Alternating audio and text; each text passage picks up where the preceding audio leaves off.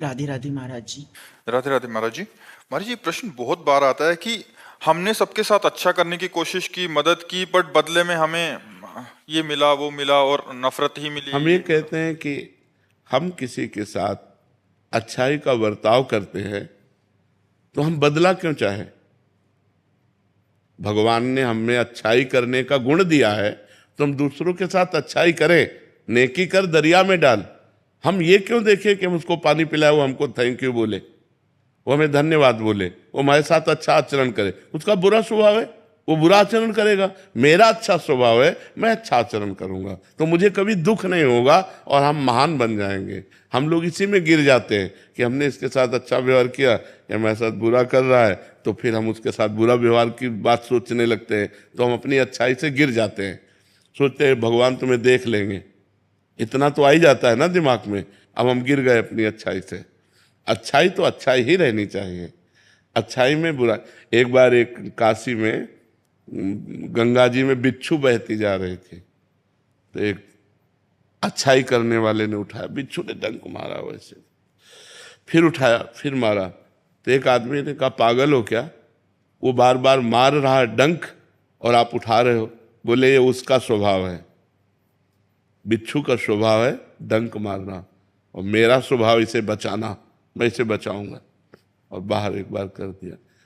तो ऐसे जैसे गलत स्वभाव के लोग हैं, अब आप अच्छा बर्ताव करेंगे तो वो बेचारे करें क्या? उनके पास सामग्री इतनी है, वो आपकी अच्छाई का उत्तर बुराई से देंगे। आपको चाहिए अपनी अच्छाई बचाकर उनकी बुराई को वापस कर दें। वो बुराई आप पर हावी ना हो पावे, आप पर प्रभाव ना डाल पावे, तभी अच्छाई रहेगी। और ये तब हो सकता है जब हम भगवत भाव से करें। इनमें भगवान विराजमान है तो हम इनसे बदला नहीं चाहेंगे, भगवान हमको देंगे। हमारी अच्छाई का फल हमें भगवान देंगे। ये क्या दे सकते हैं? ये बुराई ही दे सकते हैं। इस तो हम प्रसन्न रहेंगे। अगर हम किसी व्यक्ति से ये आशा रखें कि हम अच्छाई करें और वो हमारे साथ अच्छाई करे, तो असंभव। ये कलयुग है, यहाँ कपट छल, मतलब अगर आप उनकी ऐसी परिस्थिति में जब कोई सहयोग नहीं दे रहा, सहयोग दे दिया और उसको पता चल गया कि आदमी तो सरल स्वभाव का दयावान है, तो वो आपको नष्ट करने की भी सोच सकता है कि इसको फंसा लो। वो ये नहीं सोचेगा कि जब कोई साथ नहीं दे रहा था तब इस व्यक्ति ने साथ दिया, मैं कृतज्ञता प्रकट करूं। नहीं, आज का समय ऐसा नहीं। आपको बेवकूफ माना जाएगा, आप ज्यादा उदारता दिखाएंगे और ज्यादा सहयोग करेंगे तो माना जाएगा कम बुद्धि का आदमी। जी महाराज जी यही बोलते हैं। हाँ और जो छल कपट बेईमानी करे, बोले बड़े प्रवीण आदमी हैं। आज सम्मान किनका होता है? दंभी, पाखंडी, छल कपट का। और सत्य से चलोगे तो बुद्धू कहे जाओगे। दूसरे को जरूरत पड़ी, अपनी जेब से निकाल के दे दिया। दूसरा भूखा है, अपना भोजन दे। इसको भगवान आदर देते हैं।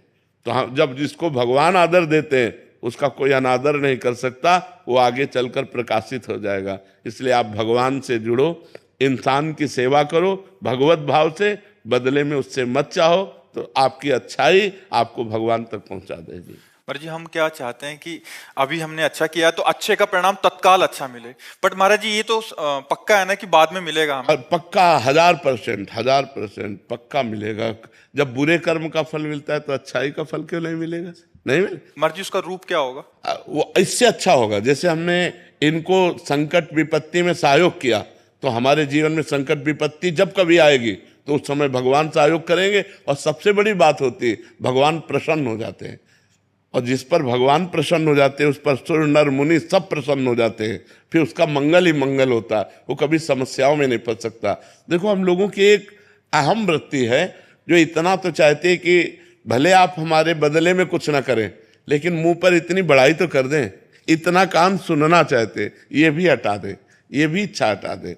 वो बोले ना बोले, नेकी कर दरिया में डाल, मंगल हो जाएगा तुम्हारा। भगवान प्रसन्न हो गए तो सब बात बन जाएगी। महाराज जी, इससे संतोष हो रहा है कि बाद में तो अच्छा होगा। बहुत अच्छा होगा, बहुत अच्छा होगा।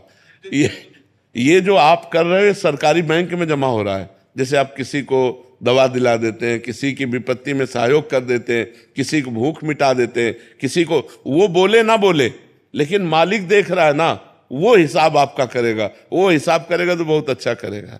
इसलिए हमें संसार से नहीं, संसार के मालिक से जुड़े रहना चाहिए और ये सब कार्य संसार के मालिक को समर्पित करना चाहिए कि आपकी प्रसन्नता के लिए मैं कर रहा हूं, बढ़िया बात बन जाएगी। वही कार्य कर्म बन गया और वही कार्य कर्म योग हो गया। जो भगवान को समर्पित कर दिया गया वो कर्म योग हो, कर्म योग भगवान की प्राप्ति कराता है। और जिसको भगवान मिल गए तो फिर क्या दुर्लभ रह गया, सब आनंद मिल जाते हैं। कवित्री डॉक्टर शुभम त्यागी जी। राधे राधे महाराज जी। राधे राधे महाराज जी। महाराज जी इसी को हम दूसरे ढंग से, महाराज जी ये तो हो गया अच्छाई करने वाला, इनका प्रश्न है अभी दूसरे ढंग से महाराज जी इसको। महाराज जी सरल जो आपने अभी बताया महाराज जी, सरल सीधे व्यक्ति को संसार में कष्ट सहने पड़ते हैं पर चालाक व्यक्ति संसार में सुख पाता है, सफल हो जाता है। नहीं, महाराज जी सफल नहीं होता, ये गलत शब्द है। सफल नहीं होगा कभी। कोई चालाकी से सफल हो सकता है। रावण जैसा कोई चालाक पुरुष था, सब विद्याओं का ज्ञाता, परम चालाक था। कालनेमित से बढ़कर कोई चालाक था? पूरी संजीवनी बूटी जैसी ही द्रोणागिरी में हर औषधि को कर दिया और साधु बनकर बैठ गया। हनुमान जी ने मार डाला, राम जी ने रावण को मार डाला, रहा न को कुल रोवन यारा। चालाक पुरुष सफल कैसे हो सकता है? नहीं, सीधा सरल पुरुष कष्ट पा सकता है पर सफल सीधा और सरल सच्चाई पर चलने वाला हो। जैसे धर्मराज युधिष्ठिर बिल्कुल सीधे थे, यहां तक इतने सीधे थे कि युद्ध क्षेत्र में कल कौन सी रणनीति है वो जाके दुर्योधन सीधे पूछ लेता था। भ्राताश्री कल कौन सा चक्रव्यूह रचना है, तो वो बता देते थे। इसीलिए भगवान दो बैठक करते थे, एक युधिष्ठिर के साथ और एक युधिष्ठिर से अलग। युधिष्ठिर के साथ जो बैठक की वो चक्रव्यूह रचना ही नहीं होगी, क्योंकि वो दुर्योधन को पता हो। इतने सरल थे कि वो आके पूछ लेते, वो पूरी बात बता देते थे। तो आप देखो विनाश किसका हुआ? चतुर चालाक, जिसके साथ शकुनी, दुशासन, कर्ण, दुर्योधन के साथ इतने चालाक, चालाकी की हद थे ये लोग। तो क्या ये लोग सफल हुए? नहीं, सफल हुए सीधे साधे युधिष्ठिर जी महाराज, और नाश हुआ उन चालाक पुरुषों का। तो चालाक पुरुष तुम्हें सफल होते नजर आएगा लेकिन सफल नहीं हो सकता। सीधा साधा पुरुष तुम्हें दुख भोगते नजर आएगा लेकिन वो दुख भोगेगा नहीं, आगे चलकर वही विजय को प्राप्त होगा। थोड़ी यात्रा ऐसी है जिसमें संशय हो सकता है देखकर कि बेईमान, दुष्ट, चालाक, कपटी पुरुष उन्नति को प्राप्त हो रहा है और धर्मात्मा, ईमानदार दुख को प्राप्त हो रहा है। थोड़ी देर की यात्रा है लेकिन परिणाम में जो सही चल रहा है उसका सही परिणाम होगा और जो गलत चल रहा है उसका गलत परिणाम होगा पक्का। आज तक की पूरा सृष्टि का विधान ऐसा है। जी जी महाराज जी। लेकिन ट्रांसफर पोस्टिंग में कई बार चालाक लोग अच्छी जगह ले जाते हैं और सीधे सरल लोगों के ट्रांसफर कहीं भी नहीं ऐसा। वो देखो दुर्योधन राजा बना कि नहीं बना? दुर्योधन राजा कुछ दिन के लिए बना कि नहीं बना? लेकिन 100 भाई मारे गए। असली में राजा हस्तिनापुर के महाराज युधिष्ठिर ही बने। थोड़ी देर के लिए वो पद वो दिखाई दे सकता है कि वो बेईमानी, चालाकी करके, फ्रॉड करके पद को प्राप्त कर ले, ऐसा हो सकता है, मान सकते हैं। उसका पुण्य उसको साथ दे सकता है, लेकिन परिणाम, जो जीवन का परिणाम है वो ये पद नहीं है। मरोगे तो तुम्हारे साथ पद नहीं जाएगा, तुम्हारे साथ रुपया नहीं जाएगा, तुम्हारी अच्छाई जाएगी, तुम्हारे सत्कर्म जाएंगे। और ये पक्की बात समझ लो कि जनता मूर्ख थोड़ी देर के लिए बन सकती, लेकिन जब आपके आचरणों का, और भगवान ऐसी बुद्धि भ्रष्ट कर देते हैं कि खुला आचरण उसकी गंदगी सामने आ जाती है। आदमी की इज्जत चली गई तो किस योग रह गया? तो ये पक्का समझ लो, अच्छा पुरुष और धर्मात्मा पुरुष दुखी हो सकता है लेकिन हार नहीं सकता। विजय को वही प्राप्त होगा। यत्र योगेश्वरा कृष्णो यत्र पार्थो धनुर्धरा तत्र श्री विजयो भूतिर ध्रुवा नीतिर मतिर्मम। ये निश्चित बात है, जहां धर्म है, जहां भगवान है, वहां विजय जरूर होगी।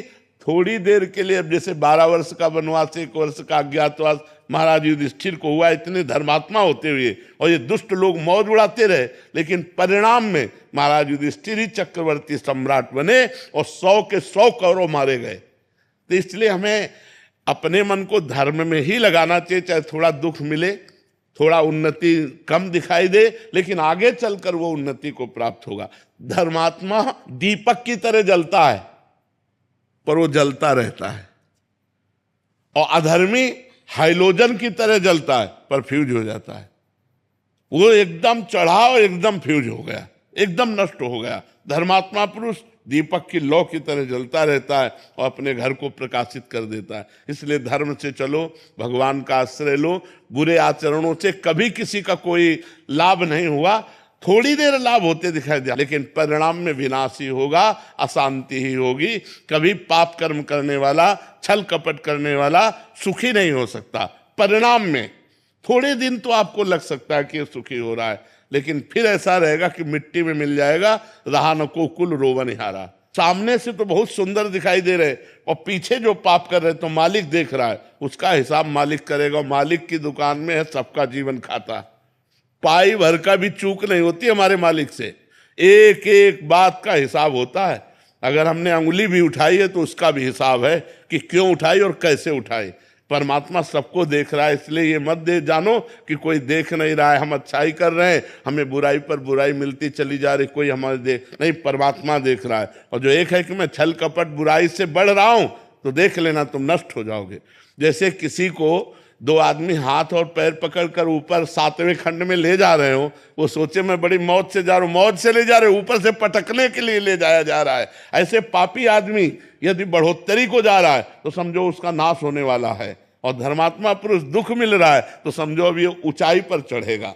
तो आज तक जो हमारा इतिहास साक्षी है, जिसमें महापुरुष गए हैं, वो मार्ग सत्य है, वो अच्छाई है, वो परोपकार है। अगर इसमें चलेंगे तो हम महापुरुषों की गति को प्राप्त होंगे। अंतिम गति हमारी सुधर जाए, यही मनुष्य जीवन का लाभ है।